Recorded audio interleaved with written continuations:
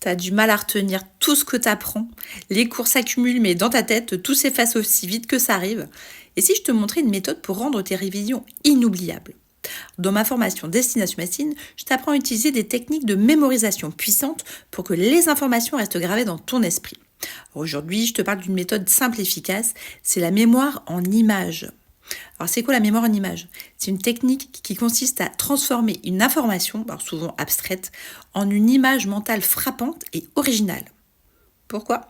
Parce que notre cerveau retient beaucoup mieux ce qui est visuel, surprenant et émotionnel. Alors voilà comment l'appliquer en 4 étapes faciles. Tout d'abord, visualise une image forte. Associe une information clé à une image mentale unique. Alors, par exemple, tu dois retenir que le nerf optique relie l'œil au cerveau. Alors imagine un câble électrique lumineux partant de ton œil et se branchant directement à une prise dans ton cerveau. Deuxièmement, ajoute de l'émotion ou du mouvement. Plus ton image est vivante, plus elle est mémorable. Par exemple, imagine que ce câble s'allume comme une guirlande chaque fois que tu ouvres les yeux. Troisièmement, crée des associations absurdes. Ton cerveau adore les choses qui sortent de l'ordinaire. Alors si tu dois mémoriser des étapes ou des concepts, imagine-les dans des situations improbables. Un cœur qui danse pour symboliser le battement cardiaque par exemple. Quatrièmement, répète et ancre.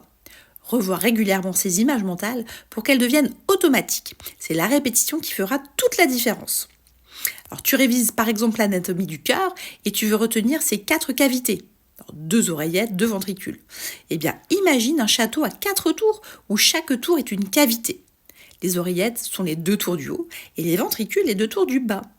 Ajoute des détails amusants. Par exemple, des bannières rouges et bleues pour symboliser le sang oxygéné et non oxygéné par exemple. Alors pourquoi ça marche? Parce que notre cerveau est conçu pour traiter les images plus rapidement que les mots.